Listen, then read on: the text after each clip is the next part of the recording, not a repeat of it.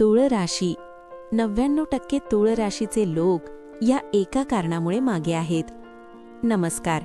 आपल्या स्वामी कृपा राशीफल यूट्यूब चॅनलवर तुमच्या सगळ्यांचं खूप खूप स्वागत आहे. कधी विचार केलाय का की सगळ्यांच्या चेहऱ्यावर हसू फुलवणारा हा माणूस रात्री एकटाच का रडतो? जगाचा न्याय करणारा तराजू स्वतःच्या आयुष्यात मात्र अन्यायाचं ओझं का वाहतोय? आज आपण बोलणार आहोत एका अशा राशीबद्दल जिने आयुष्यभर फक्त दिलं आणि बदल्यात फक्त दुर्लक्ष मिळालं. माझ्या तुळ राशीच्या बांधवांनो, आजचा हा व्हिडिओ केवळ राशी भविष्य नाही, तर तुमच्या काळजाची ती जखम आहे जी तुम्ही जगापासून लपवून ठेवलीय. आज मी जे सांगणार आहे ते ऐकताना तुमचे डोळे नक्कीच भरून येतील. पण लक्षात ठेवा, हा व्हिडिओ शेवटपर्यंत पाहिल्यावर तुम्हाला तुमच्या दुःखातून बाहेर पडण्याचा तो मार्ग सापडेल ज्याची तुम्ही वर्षानुवर्षे वाट पाहत आहात. जर तुम्हालाही वाटतंय की तुम्ही एकटे आहात, तर आज या व्हिडिओच्या कमेंटमध्ये फक्त स्वामी मी तुझ्यासोबत आहे असं लिहा. चला सुरू करूया तुमच्या आयुष्याचा हा सर्वात मोठा प्रवास.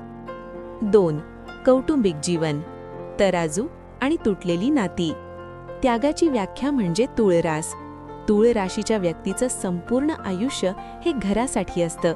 भावंडांचं शिक्षण असो, बहिणीचं लग्न असो किंवा वडिलांचे कर्ज. तुम्ही स्वतःच्या स्वप्नांची होळी करून इतरांच्या आयुष्यात दिवे लावले. पण आज परिस्थिती काय आहे? ज्यांना तुम्ही खांद्यावर बसवून जग दाखवलं, तेच आज तुम्ही आमच्यासाठी केलं तरी काय असा प्रश्न विचारत आहेत. हा प्रश्न तुमच्या काळजाला छिद्र पाडून जातो. घरामध्ये असूनही वाटणारं एकाकीपण. तुमच्या घरात सगळं काही आहे, पण संवाद नाही. तुम्ही घरात असूनही कोणाला तरी तुमच्या मनात काय चाललंय याची फिकीर नाही. जोडीदारासोबतचे तुमचे नाते हे कधीकधी केवळ कर्तव्य म्हणून उरले आहे का?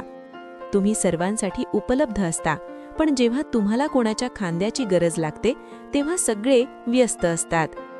मुलांची काळजी आणि उपेक्षा. तुम्ही तुमच्या मुलांसाठी जे काही केलं ते कदाचित कोणत्याही पुस्तकात मावणार नाही, पण आज जी पिढी जेव्हा तुमच्या अनुभवाकडे दुर्लक्ष करते तेव्हा तुम्हाला खूप वेदना होतात. आई बाबा, तुम्हाला यातलं काय समजतंय? हे वाक्य ऐकल्यावर झालेला अपमान तुम्ही गिळला आहे.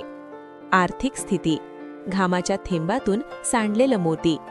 तुमच्या आयुष्यात तुम्हाला काहीही आयतं मिळालं नाही. जे काही कमवलंय ते स्वतःच्या कष्टावर. तुमच्या प्रगतीवर जळणारे लोक तुमच्या घरातच किंवा नातेवाईकातच जास्त आहेत.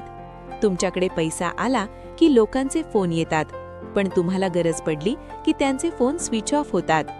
आर्थिक फसवणूक आणि विश्वासघात. तुळ राशीच्या व्यक्तीने कोणावर तरी डोळे झाकून विश्वास ठेवला आणि तिथेच मोठा आर्थिक दगा झाला. तुम्ही दिलेले पैसे आजही अडकून पडले आहेत. ओळखीच्या माणसांनीच तुमचा वापर ATM सारखा केला आणि काम झाल्यावर तुम्हाला विसरले. आगामी राजयोग आणि बदलती वेळ. पण मित्रांनो, घाबरू नका. शनीची 7.5 असो किंवा कठीण ग्रहांची चाल, आता तुमचा न्यायाचा काळ सुरू होत आहे. 2026 मध्ये तुमचे अडकलेले पैसे परत मिळण्याची चिन्हे आहेत. पण यावेळेस हृदयापेक्षा मेंदूने विचार करा. आरोग्य. तुम्ही शारीरिक व्याधींनी नाही तर मानसिक व्याधींनी ग्रस्त आहात. सततचा विचार, उद्याची चिंता आणि इतरांच्या दुःखाचा स्वतःवर करून घेतलेला परिणाम यामुळे तुमची झोप उडाली आहे. कंबरदुखी आणि मानसिक ताण हे तुमचे मोठे शत्रू आहेत. तुम्हाला आता स्वतःसाठी जगणं शिकावं लागेल. मित्रांनो, इथे बसून हे सांगताना माझंही हृदय भरून येतंय.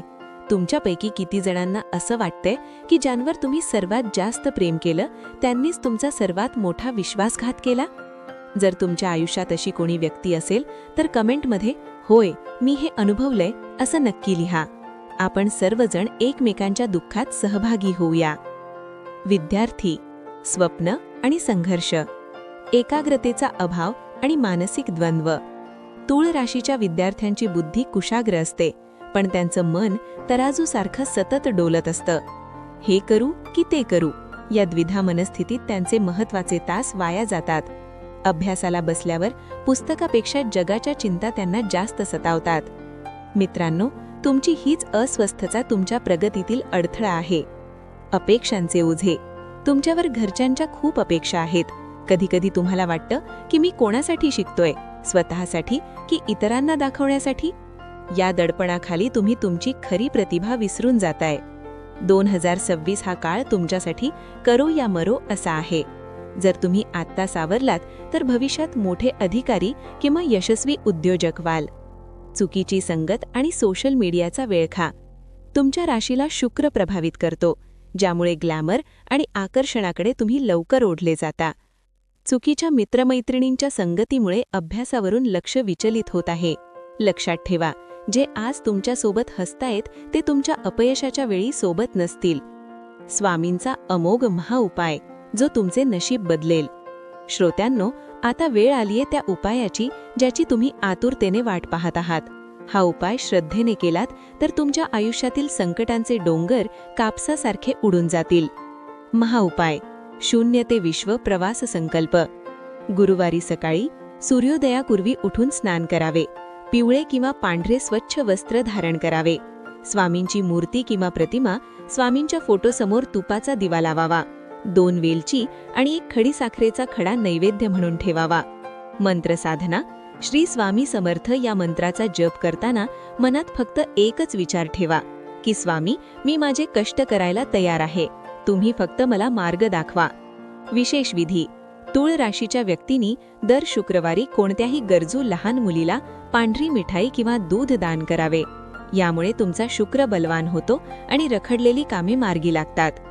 रात्रीचा संकल्प: झोपण्यापूर्वी आपल्या उशाखाली स्वामींचे एक छोटे चित्र किंवा तारक मंत्राची प्रत ठेवावी. यामुळे तुम्हाला येणारे भयानक विचार थांबतील आणि शांत झोप लागेल. समारोप: विद्यार्थी मित्रांनो आणि माझ्या तूळ राशीच्या थोर बांधवांनो, आजचा हा महा एपिसोड तुमच्या आयुष्याला कलाटणी देणारा ठरो. तुम्ही एकटे नाही आहात. तुमच्या प्रत्येक अश्रूचा हिशोब ती माऊली ठेवतीये. जर तुम्हाला हा व्हिडिओ मनापासून पटला असेल तर आपल्या जवळच्या किमान 5 तूळ राशीच्या व्यक्तींना हा शेअर करा.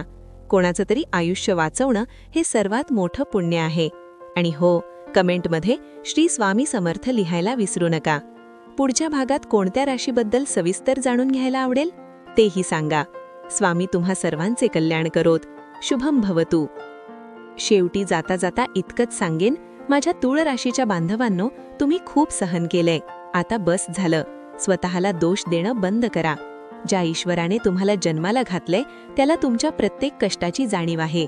आज जरी जग तुम्हाला विसरलं असलं तरी ती स्वामी माऊली तुमच्या पाठीशी उभी आहे. लक्षात ठेवा, तराजू थोडा काळ डगमगू शकतो पण तो कधीही झुकत नाही. तुमचा काळ आला आहे. डोळे पुसा आणि पुन्हा एकदा ताठ मानेने उभे राहा. हा व्हिडिओ अशा व्यक्तीला पाठवा ज्याला आज आधाराची गरज आहे. लवकरच भेटू एका नवीन आशेसह.